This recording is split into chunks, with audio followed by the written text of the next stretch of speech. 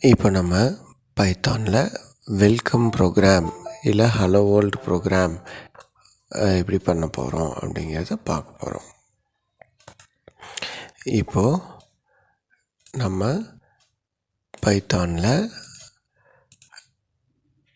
Welcome program பண்ணுறதுக்காக டெஸ்க்டாப்பில் இருக்கிற Python ஷார்ட்கட்டை click பண்ணுறோம். IDLE Python. ஸோ இது நாம் ஐடிஎல்இ இன்ஸ்டால் பண்ணால் இது வரும். நம்ம வேறு ஏதாவது எடிட்டர் யூஸ் பண்ணி பைத்தான் பண்ணோம்னா அதோட ஷார்ட்கட் இருக்கும்.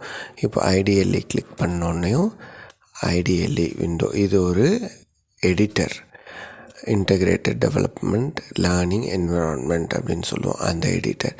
ஸோ அது ஓப்பன் ஆகிருக்கு.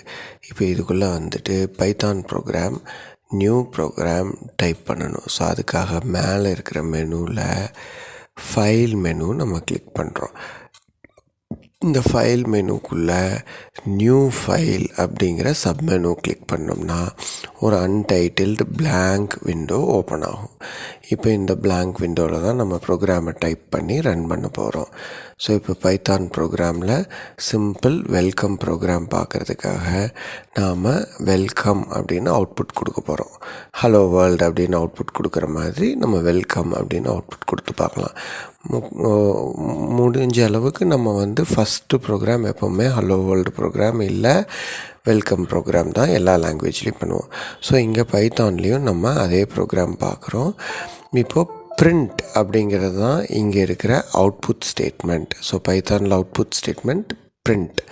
ஸோ பிரிண்ட்டுக்குள்ளே நம்ம பேரந்திசிஸ்குள்ளே தான் நம்ம என்ன பிரிண்ட் பண்ண போகிறோமோ அதை கொடுக்க முடியும். ஸோ பிரிண்ட்டுக்குள்ளே பேரந்திசிஸ்குள்ளே டபுள் கோட்ஸ் போட்டுட்டு அதுக்குள்ளே வெல்கம் அப்படின்னு டைப் பண்ணிவிட்டு டபுள் கோட்ஸையும் பேரந்திசிஸையும் க்ளோஸ் பண்ணிட்டோம்.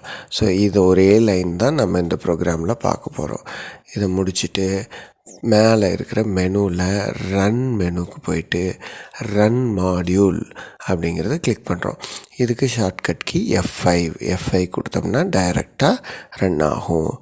ஸோ இப்போது ரன் மாடியூல் கிளிக் பண்ணோன்னா அதுவாக ப்ரோக்ராமை சேவ் பண்ணுமான்னு கேட்கும். நம்ம இது வரைக்கும் சேவ் பண்ணல அப்படின்னா நம்ம இப்போ சேவ் பண்ணணும். So source must be saved, okay to save. So click okay நம்ம கொடுத்துட்டோம். இப்போ ஓகேன்னு கொடுத்தனையும் நம்ம ஏதோ ஒரு நேமில் இந்த பைத்தான் ஃபைலை சேவ் பண்ணணும். ஸோ இப்போ நான் இதை welcome.py அப்படின்னு சேவ் பண்ணுறேன். ஸோ அதோட எக்ஸ்டென்ஷன் .py, அது ஆட்டோமேட்டிக்காக சேவ் ஆஸ் டைப்பில் இங்கே வந்துடும். ஸோ இப்போ நான் டெஸ்க்டாப்பில் welcome.pyன்னு சேவ் பண்ணிட்டேன்.